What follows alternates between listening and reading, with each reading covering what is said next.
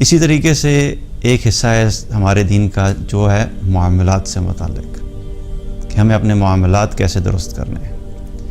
اور ان میں بھی ایک تو لین دین ہے کہ جب ہم مسلمان سے ڈیلنگ کرے گا تو کیسے کرے گا، اگر نان مسلم سے ڈیل کرنا ہے تو ہم نے کیسے کرنا ہے، اور نہ صرف لین دین بلکہ ہمارا اخلاق، ہمارا ایک دوسرے سے بات کرنے کا طریقہ، مسلمان کے لیے مسلمان کی عزت، مسلمان کا مسلمان کے لیے خیر خواہی کرنا، ایک دوسرے کے لیے آسانیاں کرنا، ایک دوسرے کو موٹیویٹ کرنا، ایک دوسرے کو دین کے لیے ان کی حوصلہ افزائی کرنا، ایک دوسرے سے محبت کا اظہار کرنا اور نفرت سے بچنا، یہ سب تعلیمات ہمیں ہمارا دین دیتا ہے۔ اور ان سے متعلق اگر دیکھیں تو قرآن و حدیث بھرا پڑا ہوا ہے ہمارے دین کے اس پہلو سے، لیکن انفارچونیٹلی افسوس سے کہنا پڑتا ہے کہ امت نے ایمانیات پہ پھر بھی تھوڑی محنت کر لی، عبادات پہ پھر بھی تھوڑی محنت کر لی، مگر یہ جو اخلاقیات ہیں، معاملات ہیں، اس کے اوپر ایک تو فوکس بھی بہت کم ہوا، اور فوکس کم ہونے کی وجہ سے ہوا یہ کہ بہت سے مسلمان آج ایسے ہیں کہ جو عبادات میں بہتر ہیں، ایمان ان کا بہتر ہے، قرآن پڑھ لیتے ہیں، دین کا علم بھی ان کے پاس ہے، لیکن اخلاق یوں لگتا ہے کہ جیسے قریب سے بھی نہیں گزرا۔ جب بات کرتے ہیں ہم تو بات ایسے ہوتی ہے کہ جیسے دوسرے انسان کو ذلیل کرنے کا ایک لائسنس لیا ہوا ہے کہ کسی طریقے سے دوسرے کو ذلیل کر کے چھوڑنا ہے۔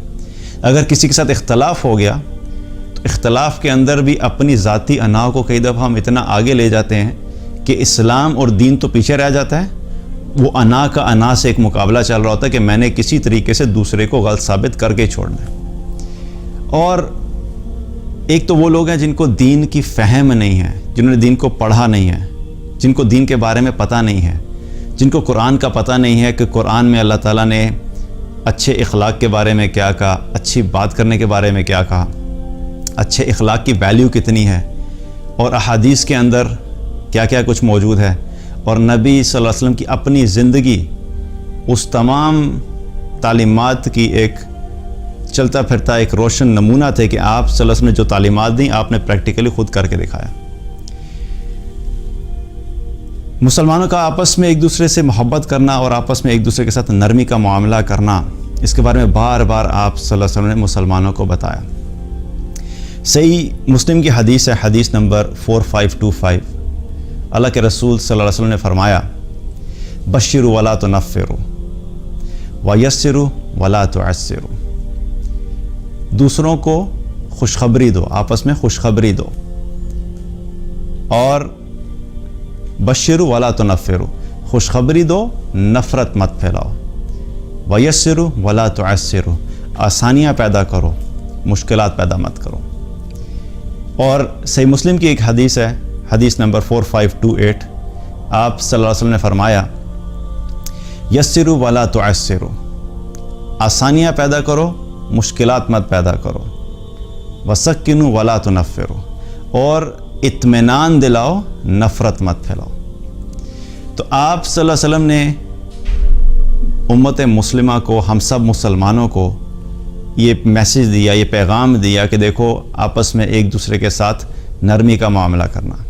ایک دوسرے کے ساتھ اخلاق کے ساتھ رہنا، ایک دوسرے کے لیے آسانیاں پیدا کرنا، ایک دوسرے کو اطمینان دینا کہ ٹھیک ہے، ایمان کے اوپر اطمینان دینا کہ ہم نے ایمان پہ چلنا ہے، اگر کوئی مشکل میں تو اس کو اطمینان دینا کہ دیکھو گھبرانا نہیں، اگر کوئی غلط ڈائریکشن میں چلا گیا تو اس کو آرام سے اخلاق سے بتانا کہ دیکھو یہ صحیح راستہ ہے۔ بار بار آپ صلی اللہ علیہ وسلم نے ہمیں اس چیز کی تعلیم دی، اور یہ تو صحیح مسلم ہے، اس کے علاوہ صحیح مسلم کے علاوہ صحیح بخاری کے اندر احادیث ہیں، اور بھی کتابوں میں احادیث جو ہیں وہ بھری پڑی ہوئی ہیں کہ جس میں نرمی کی بات، خیر خواہی کی بات، آپس میں محبت کی بات، اگر اختلاف ہو بھی گیا تو اختلاف کے باوجود مسلمان نے مسلمان کے ساتھ اختلاف کو کس طریقے سے پریزنٹ کرنا ہے، کس طریقے سے ڈسکس کرنا ہے، یہ سب چیزیں کیا ہے ہمیں ہماری تعلیمات ہمیں دی گئیں، اور آپ صلی اللہ علیہ وسلم کی یہ تعلیمات میں سے شامل ہیں۔ اور نبی صلی اللہ علیہ وسلم نے خود پریکٹیکلی یہ سب چیزیں کر کے دکھائیں۔ ایک تو ہے مسلمانوں کے ساتھ معاملہ، آپ صلی اللہ علیہ وسلم کا ان مسلمانوں کے ساتھ معاملہ کہ جو لوگ بھی دین میں آ رہے تھے ان کے ساتھ معاملہ کیا تھا، اور ایک تھا کہ جو مسلمانوں کے دشمن تھے، جو آپ صلی اللہ علیہ وسلم کے دشمن تھے، ان کے ساتھ بھی آپ صلی اللہ علیہ وسلم نے کیا کیا؟ نرمی کا معاملہ کیا، اخلاق کے ساتھ پیش آئے۔ آپ سوچئے کہ دشمن کے ساتھ بھی آپ نے اخلاق کا معاملہ کیا، اور تو ہمارے لیے بحیثیت مسلمان ایک دوسرے کے ساتھ کوئی گنجائش رہ جاتی ہے؟ کوئی ہمارے پاس کوئی راستہ رہ جاتا ہے کہ ایک مسلمان دوسرے مسلمان کے بارے میں بد اخلاقی والی زبان استعمال کرے، اس کی تحقیر کرے، اس کو ذلیل کرے؟ یہ تو بہت ہی آپ سمجھیں کہ مسلمان کے لیے تو آپشن رہ ہی نہیں جاتی کہ ایک مسلمان دوسرے مسلمان کے ساتھ یہ رویہ رکھے۔